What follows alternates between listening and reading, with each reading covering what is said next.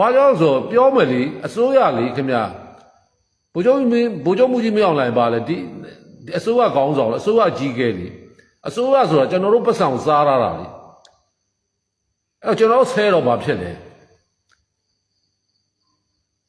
အဲ့တော့အစိုးရခေါင်းဆောင်ကိုဆဲရင်124ကကြီး1020ချလို့ရတဲ့ပုံမှန်ဥပဒေကတော့ရှိတယ်အဲ့ဒီဥပဒေကမတရားတဲ့ဥပဒေလေအဲ့ဒါမတရားတဲ့ဥပဒေမှာ2မျိုးရှိတယ်ဒါအမတ်စု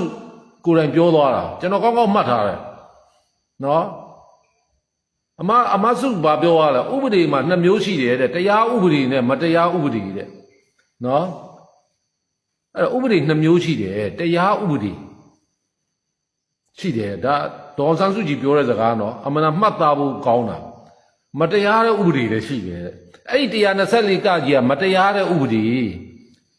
ဘာလို့အစိုးရကောင်းဆောင်ဗျာအစိုးရကောင်းဆောင်ဆိုအစိုးရဆိုတာကျွန်တော်တို့ပြည်သူကသူ့ကိုပတ်စံပေးထားတာလစာပေးထားတာသူနေတဲ့အိမ်ကအစကျွန်တော်တို့ပတ်စံနဲ့ဆောက်ထားတာ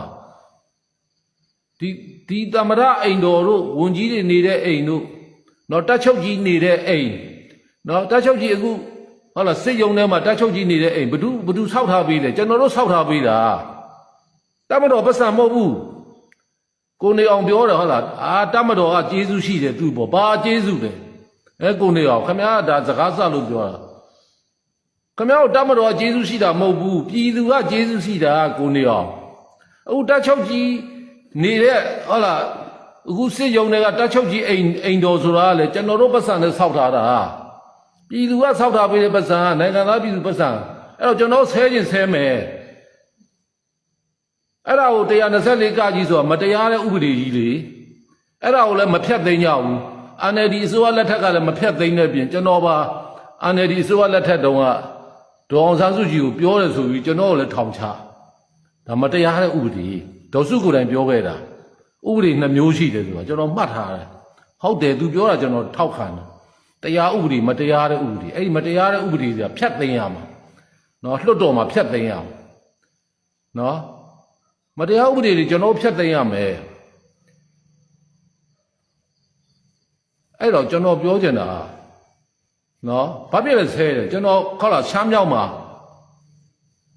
နေမီတွေသိန်းကန်ထီတော့ကျွန်တော်မကျေနပ်ဘူးကျွန်တော်မကျေနပ်ဘူးကျွန်တော်ကိုယ်တိုင်လဲဟိုလောက်2015လောက်ကင်တိုက်ပွဲတော့ကကျွန်တော်ကိုယ်တိုင်လောက်ကင်ကြီးရောက်ပြီးတော့သွားပြီးစာရီဖြတ်တတ်မတော်သားတွေကျွန်တော်ကိုယ်တိုင်စစ်မြေပြင်မှာအားပေးခဲ့တာပဲနော်မသိလို့ကံကောင်းပြန်ရောက်လာတာနော်ကျွန်တော်တို့ကအပြောကြီးနဲ့ပဲလောက်တာမဟုတ်ဘူးလက်တွေ့လဲ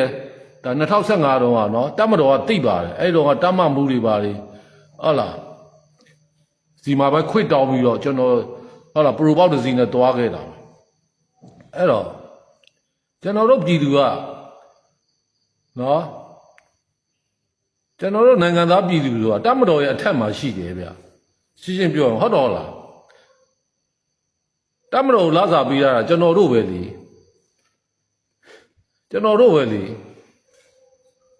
ဟုတ်တော့လားကျွန်တော်တို့အခွန်ငွေတွေနဲ့လေအဲ့ဒါကျွန်တော်အမှန်ကိုပဲပြောနေတာကျွန်တော်အမှန်ကိုပြောနေတာပဲအဲ့တော့ကျွန်တော်ဆဲရပါဖြစ်တယ်အခုကျွန်တော်မဆဲဘူးဆိုတာအခုအခြေအနေကောင်းတယ်လို့မဆဲတာအခုမျိုးရွာတွေလည်းပြန်ရတယ်အခုကိုယ်တာဖြစ်တယ်တဖြည်းဖြည်းအခြေအနေတိုးတက်လာတယ်နော်ကျွန်တော်နေမီတွေပြန်ရတယ်အဲ့တော့ကျွန်တော်လည်းဘာမှမလိုအပ်တော့ဘူးဗျာနော်အဲ့တော့ကျွန်တော်အလုပ်သမားတွေကျွန်တော်ခိုင်းတဲ့အလုပ်သမားတွေကျွန်တော်စာခွင့်မှာကျွန်တော်ဆဲတာပဲနော်ဟိုတော့ကကိုယ်အလုပ်သမားတွေကိုခိုင်းတာလေအခုဒီနိုင်ငံတော်သမ္မတတို့တက်ချုပ်တို့ဘာတို့ညာတို့ဆိုတာကျွန်တော်တို့ခိုင်းတာကျွန်တော်တို့ပတ်စံနဲ့ကျွန်တော်ခိုင်းတာလေဘယ်သူဘာပြောမလဲအဲ့ကျွန်တော်တို့ကဘယ်သူ့ကိုကြောက်နေရမှာမကြောက်ဘူးဒါပေမဲ့အခုကျွန်တော်ပြောနေတာအမှန်ကိုပြောနေတာဒီတက်ချုပ်ကြီးကမေတ္တာသမားဆိုတာသူ့ကျွန်တော်ကြောက်လို့ပြောတာမဟုတ်ဘူးဒီမေတ္တာသမားဆိုတော့ကျွန်တော်ဆဲမှာပဲ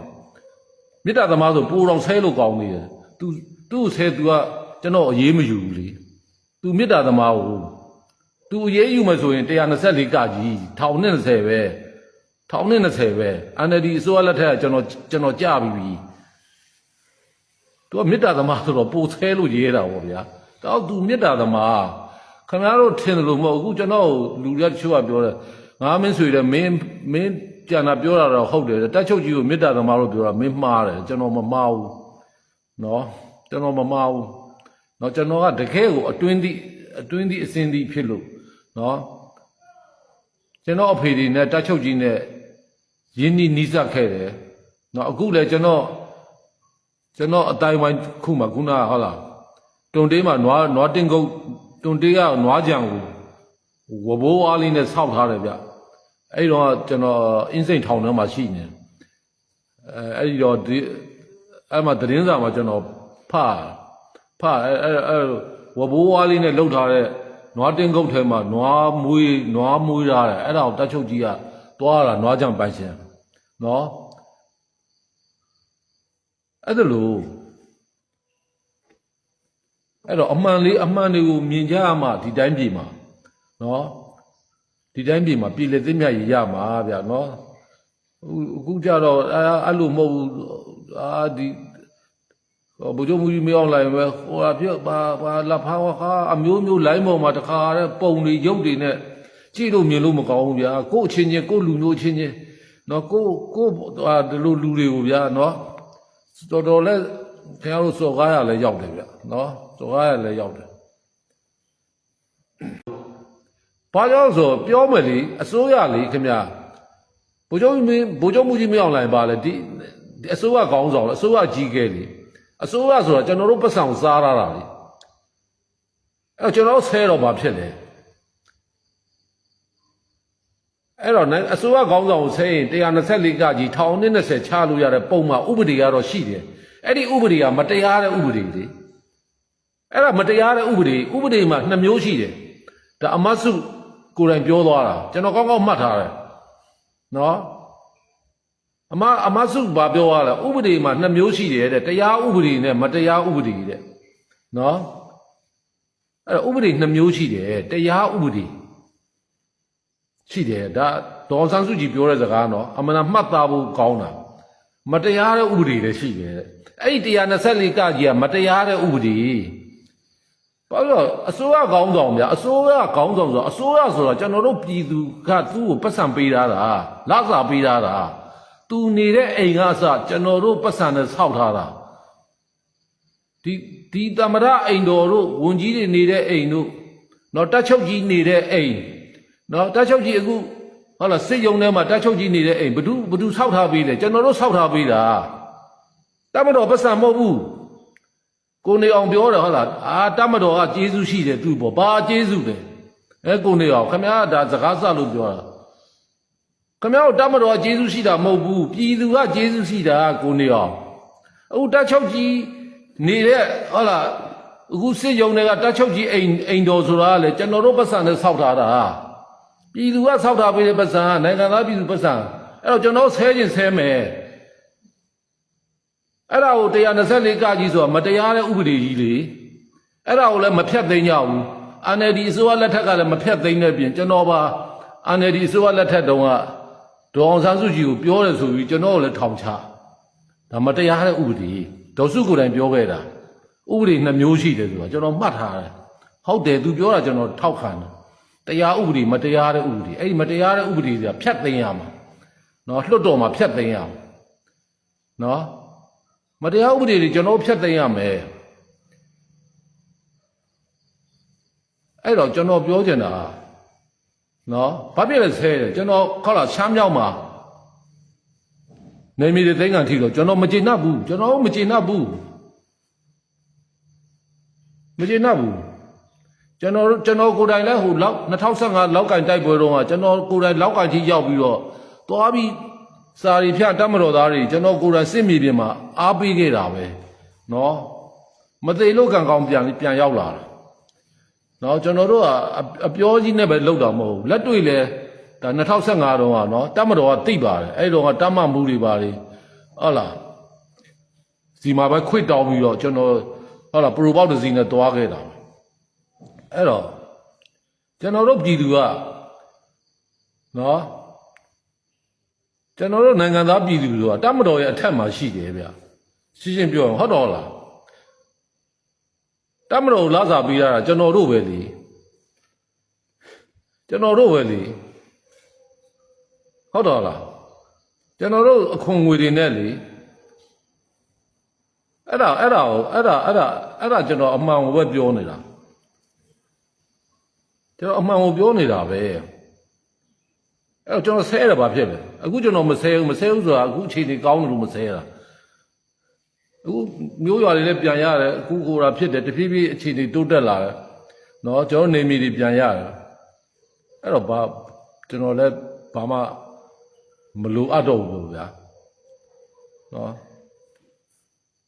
အဲ့တော့ကျွန်တော်အလုပ်သမားတွေကျွန်တော်ခိုင်းတဲ့အလုပ်သမားတွေကျွန်တော်စားခွင့်မှာကျွန်တော်ဆဲတာပဲနော်ဟိုတော့ကိုယ့်အလုပ်သမားတွေကိုခိုင်းတာလေအခုဒီနိုင်ငံတော်သမ္မတတို့တက်ချုပ်တို့ဘာတို့ညာတို့ဆိုတာကျွန်တော်တို့ခိုင်းတာကျွန်တော်တို့ပတ်စံနဲ့ကျွန်တော်ခိုင်းတာလေဘယ်သူပါပြောမလဲ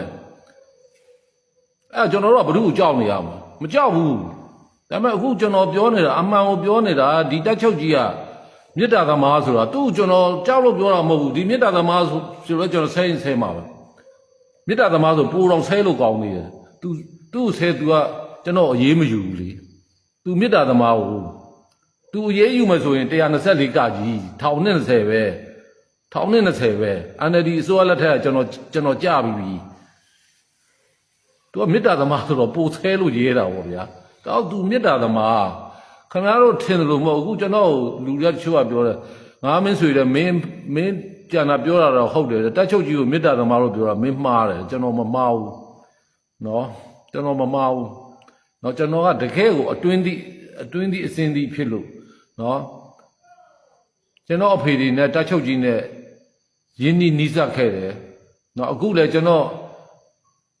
အတိုင်းဝိုင်းခုမှခုနကဟုတ်လားတွန်တေးမှာနွားတင်းကုတ်တွန်တေးကနွားကြံကိုဝဘိုးအားလေးနဲ့ဆောက်ထားတယ်ဗျအဲ့တော့ကျွန်တော်အင်းစိန်ထောင်ထဲမှာရှိနေအဲ့ဒီတော့အဲ့မှာသတင်းစာမှာကျွန်တော်ဖအဲ့ဝဘိုးအားလေးနဲ့လှုပ်ထားတဲ့နွားတင်းကုတ်ထဲမှာနွားမွေးထားတယ်အဲ့ဒါကိုတက်ချုပ်ကြီးကသွားတာနွားကြံပိုင်ရှင်နော်အဲ့ဒါလို့အဲ့တော့အမှန်တွေကိုမြင်ကြရမှဒီတိုင်းပြည်မှာနော်ဒီတိုင်းပြည်မှာပြည်လေသိမြတ်ရမှာဗျာနော်အခုကြတော့အဲ့လိုမဟုတ်ဘူးဒီဘုရားမူကြီးမအောင်လိုက်ပဲဟိုပြဘာလာဖာခါအမျိုးလိုင်းပေါ်မှာတခါတဲ့ပုံတွေရုပ်တွေနဲ့ကြည့်လို့မြင်လို့မကောင်းဘူးဗျာကို့အချင်းချင်းကို့လူမျိုးချင်းချင်းနော်ကိုဒီလိုလူတွေကိုဗျာနော်တော်လဲခင်ဗျားတို့စော်ကားရလဲရောက်တယ်ဗျာနော်စော်ကားရလဲရောက်တယ်